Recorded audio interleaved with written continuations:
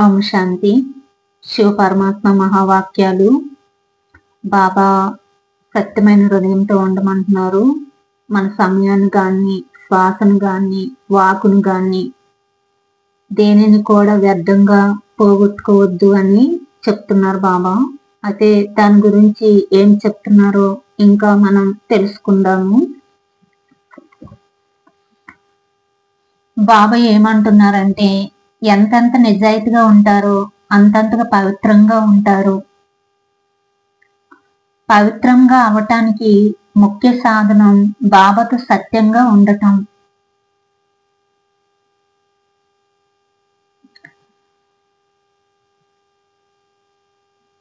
కేవలం బ్రహ్మచర్యాన్ని ధారణ చేయటం అనేది పవిత్రత యొక్క ఉన్నత స్థితి కాదు అంటున్నారు.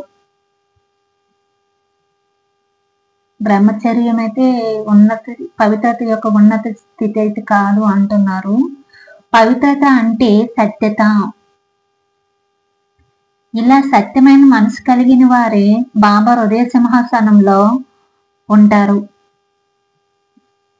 హృదయ సింహాసనాధికారులే రాజ్య సింహాసనాధికారులు అవుతారు. నిజాయితీ కలవారు బాబా ద్వారా లభించిన ఖజనాలను బాబా యొక్క ఆజ్ఞ లేకుండా ఏ కార్యములోని ఉపయోగించరు అని బాబా అంటున్నారు. నిజాయితీ కలవారు బాబా ద్వారా లభించిన ఖజనాలు ఉన్నాయి కదా, ఆయన ఆజ్ఞ లేకుండా ఏ కార్యంలో కూడా ఉపయోగించరు అంటున్నారు.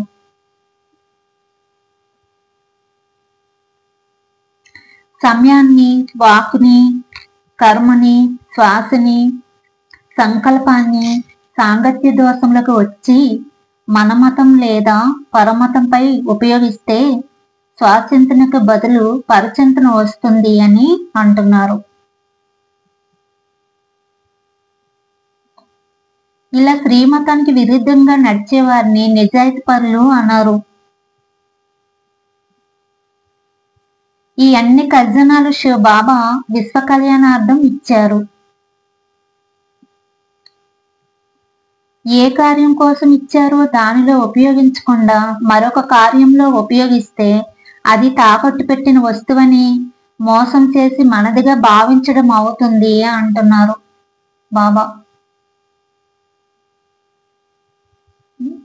బాబా ఈ ఖజనాలన్నీ ఇచ్చారు కదా, శక్తులు, గుణాలు, విశేషతలు, ఇవన్నీ కూడా. ఇవన్నీ మనం వ్యర్థంగా ఉపయోగిస్తే ఇంకా అవి ఇంకా తాకట్టు పెట్టిన వస్తువును మోసం చేసి మనదిగా భావించటం అవుతుంది అంటున్నారనమాట. అయితే అన్నిటికంటే ఉన్నతమైన పవిత్రత యొక్క స్థితి నిజాయితీగా ఉండటం. మనస, వాచ, కర్మన పవిత్రంగా ఉండాలి అంటున్నారు. ఇదే ఉన్నత స్థితికి గుర్తు, బ్రహ్మచర్యం కాదు అంటున్నారు. మనం ఉన్నత స్థితిలోకి వెళ్ళాలంటే మనస, వాచ, కర్మన పవిత్రంగా ఉండాలి అంటున్నారు బాబా. నిజాయితీ గలవారిలో సదా సర్వుల పట్ల శుభభావన మరియు శ్రేష్ఠ కామన ఉంటుంది. నిజాయితీ అంటే సదా సంకల్పం, మాట మరియు కర్మ ద్వారా సదా నిమిత్తంగా మరియు నిర్మాణంగా ఉండటం. నిజాయితీ అంటే ప్రతి అడుగులో సమర్థ స్థితి యొక్క అనుభవం చేసుకోవటం. సదా ప్రతి అడుగులో బాబా యొక్క తోడు మరియు సహయోగ హస్తం తమపై ఉన్నట్లు అనుభవం చేసుకోవటం. నిజాయితీ అంటే ప్రతి అడుగులో ఎగిరే కళను అనుభవం చేసుకోవటం. నిజాయితీ అంటే బాబా ఎవరు, ఎలాంటి వారు ఆ విధంగా పిల్లల ముందు ప్రత్యక్షం అయ్యారు. అలాగే పిల్లలు కూడా ఎవరు, ఎలాంటి వారు అలా బాబా ముందు స్వయం ప్రత్యక్షం చేసుకోవాలి. బాబాకి అన్ని తెలుసు అనుకోకూడదు. బాబాకి అన్ని తెలుసులే, ఏం చెప్పకపోయినా పర్వాలేదులే అని అనుకోకూడదు. ఇలా బాబా ముందు స్వయం ప్రత్యక్షం చేసుకోవటమే సహజంగా ఎగిరే కలకి సాధనం. ఇదే బుద్ధి యొక్క భారాన్ని సమాప్తి చేసుకొని సరళమైన యుక్తి. కానీ బాబా ముందు పిల్లలు కొన్ని చెప్తున్నారు, కొన్ని దాచేస్తున్నారు అంటున్నారు. కొన్ని విషయాలు చెప్తున్నాం, కొన్ని విషయాలు దాచేస్తున్నాం అంటున్నాం బాబా ముందు, అది నిజాయితీ కాదు అంటున్నారు. చిత్రతతో తమ కేసుని మన్మతం మరియు పరమతం ఆధారంగా చేసుకొని మంచి ప్లాన్ తయారు చేసుకొని బాబా ముందు లేక నిమిత్తమైన వారి ముందు హాజరుపరుస్తున్నారు.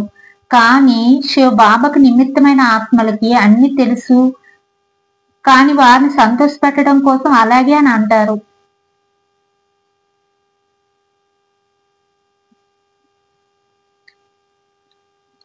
ఇంకొక విషయం ఏంటి అంటే మనం బాబా అంటారు కదా, ధైర్యం చేస్తే నేను సహయోగం చేస్తాను అని.